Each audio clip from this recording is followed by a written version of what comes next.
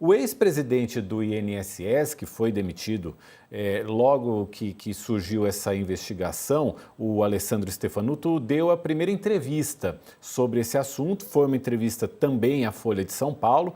Ele disse que nenhum ato da gestão dele foi motivado por estímulo ou agrado. Diz que tem convicção da inocência dele. Ele fala aqui num trecho também que sobre o desbloqueio excepcional de descontos, ele afirmou que não foi feita de maneira mal intencionada ou irresponsável, mas que um acórdão feito pelo Tribunal de Contas da União em junho de 2024 previa essa possibilidade. Ele usa muito isso em sua defesa. Agora, ele foi questionado aqui num determinado ponto da entrevista sobre aquele desbloqueio para 34, de descontos, o desbloqueio dos descontos em cerca de 34 mil pensões e aposentadorias em benefício da CONTAG, a Confederação Nacional dos Trabalhadores na Agricultura, mesmo depois de um parecer da Procuradoria contrário a essa liberação. Sakamoto, ele fala que não dá, às vezes não dá para ir pela legalidade estrita, a norma fala uma coisa, mas dá para interpretar por outro lado. Aí fica difícil essa defesa, né? Não, é lógico que toda norma, toda instrução normativa, toda regra, toda lei é uma questão de interpretação, né? Até porque é raro, né? Algumas coisas que são extremamente restritivas. Mas em se tratando de instruções normativas, em se tratando de normas internas, normalmente elas são muito claras, né? Eu gostaria de entender melhor o que o ex-presidente do INSS quis dizer nesse sentido, porque ao funcionário público, ao servidor público, é permitido apenas o que a lei, as regras e as normas garantem. A diferença do direito público com do direito ao que nós, né, cidadãos, estamos submetidos é diferente do direito em que estão submetidos os servidores públicos, funcionários públicos. Nós podemos fazer qualquer coisa, exceto aquilo que é proibido pela lei. Aos servidores públicos é vedado fazer qualquer coisa que não seja expressamente autorizada pela lei, né, para evitar exatamente que eles naveguem nesses interstícios, nessas fraturas, né, nesses processos. Eles precisam fazer apenas aquilo que é permitido. E o que que a gente tem, e o que que eu acho que é complicado nesse discurso do presidente, do ex-presidente do INSS, é que, no final das contas, o que estava posto não era uma mera questão interpretativa, uma mera irregularidade, era algo muito simples. Era o quê? Era contribuições, mensalidades, né, para associações e sindicatos, que estariam sendo pagas sem a devida autorização por parte das vítimas. Aí eu chamando vítimas porque eram vítimas, aposentados e pensionistas. O INSS, a gente sabe que tem uma quantidade muito pequena de pessoas para fiscalizar a idoneidade desses acordos, mas não tem que fazer, eles teriam que contratar mais gente. E não adianta só simplesmente usar inteligência artificial, teria que ter gente mesmo para analisar, né, esses contratos, para analisar primeiro por amostragem a relação entre essas associações e os seus associados, pretensos associados, e depois ir para análise manual. Pessoas, ou seja, houve uma falta de fiscalização por parte do INSS, um descontrole por parte do INSS, valendo-se de acordos que tinham sido estabelecidos com essas entidades. Né? Ele fala, não, ninguém recebeu. Grosso modo que ele falou é que ninguém recebeu cascalho, din-din, vantagem para isso. A pergunta, sendo verdade, o que eu acho difícil, uma vez que a própria Polícia Federal já apontou que esse esquema contava com a participação de pessoas dentro do governo, mas mesmo que isso fosse verdade, ainda assim há uma responsabilidade política muito grande. Foi o quê? Foi incompetência? Foi leniência? Alguém dentro do governo pediu vistas grossas por conta da presença de sindicatos? alguém dentro do governo, e aí quando eu digo governo, governos Jair Bolsonaro e governo Lula, né, estava se locupletando de recursos indevidos por conta disso, né, a responsabilidade é deles e eles, com essa frase, o presidente do INSS mostra que se omitiu dentro desse processo. Era uma responsabilidade clara, o que foi apontada pela Controladoria Geral da República e pelo Tribunal de Contas da União. Era uma responsabilidade. É a mesma coisa que você colocar que o Ministério do Trabalho não tem responsabilidade por fiscalizar o cumprimento das leis trabalhistas.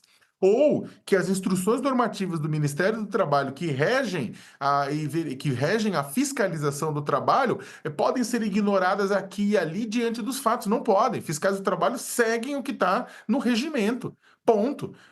Os fiscais e o pessoal, a equipe do INSS tem que seguir o que está no regimento. Né? E o presidente do INSS tem que garantir quantidade de pessoas suficiente para o cumprimento dessa tarefa. Caso contrário, tem que chegar para o governo e avisar. Tem que parar tudo, porque não tem gente. Ele tentou fazer isso, o governo disse não, tem que investigar isso também. Mas essa justificativa que ele dá não cola. Pois é. Josias, eu queria te ouvir também sobre, rapidamente, para a gente poder avançar aqui na pauta, sobre essa entrevista e também sobre a movimentação do Congresso, já coletando assinaturas para uma CPI, já foram coletadas 185, precisava só de 171, só que dessas 185, 81 são de partidos que têm ministérios no governo. E aí o governo já começa um movimento para a retirada, para uma tentativa de retirada dessas assinaturas e também alguma ingerência ali sobre o Hugo Mota, alguma negociação com ele para que ele engavete esse tipo de pedido. Ao mesmo tempo, no Senado, já tem senadores coletando assinaturas para uma comissão mista, uma comissão parlamentar mista de inquérito. Ou seja, é claro que a oposição vai tentar capitalizar até o máximo possível esse assunto, né, Josias? Embora a oposição não tenha nem legitimidade para explorar esse episódio, né, porque, como dissemos já, o escândalo começou na gestão Bolsonaro, é óbvio que eles vão explorar, né? Sobretudo quando o governo se posiciona tão mal, de forma tão inadequada. Tem assinaturas, o Lula agora vai ficar devendo mais uma ao Hugo Mota, porque há uma fila de CPIs requisitadas na Câmara, uma dúzia de CPIs, o Hugo Mota, simultaneamente, pelo regimento, só podem ser instaladas 5, o Hugo Mota vai decidir o que vai, o que não vai, obviamente é mais uma pressão que será exercida sobre o presidente da Câmara. Se ele segura a CPI, ele aumenta o crédito dele junto ao Palácio do Planalto, que nunca é bom para um presidente da República, né? Ficar devendo favores ao presidente da Câmara. Mas o Lula chegou a essa posição. E agora estão reunindo assinaturas no Senado. Não é negligenciável a hipótese de que se construa um requerimento para pedir uma CPI mista, o que, em ano pré-eleitoral, seria muito ruim para o Lula. Agora, as explicações do presidente afastado, demitido do INSS, o Alessandro Stefanuto, elas não ficam em pé, né? E quando explicou a dificuldade de adotar mudanças que evitassem esse assalto contra os aposentados, o ministro Carlos Lupe disse que o INSS não é um botequim de esquina. A máquina é muito complexa e os ajustes levam muito tempo para serem implementados. Nesse escândalo, todos os encrencados deveriam submeter as suas explicações a uma lógica da mesa de bar. Só fica em pé explicação que possa ser compreendida no botequim. E essa explicação do doutor Stefanuto, ela não fica em pé. Não fica em pé. Aí ele diz lá, olha, primeiro ele diz, nenhum ato da minha gestão foi motivado por estímulo ou agrado. Ele devia falar um português mais claro, né? Olha, não recebi propina. É o que ele está dizendo aqui. E aí ele vem com essa conversinha de que, olha, pela legalidade estrita, ninguém consegue fazer algumas coisas na administração pública.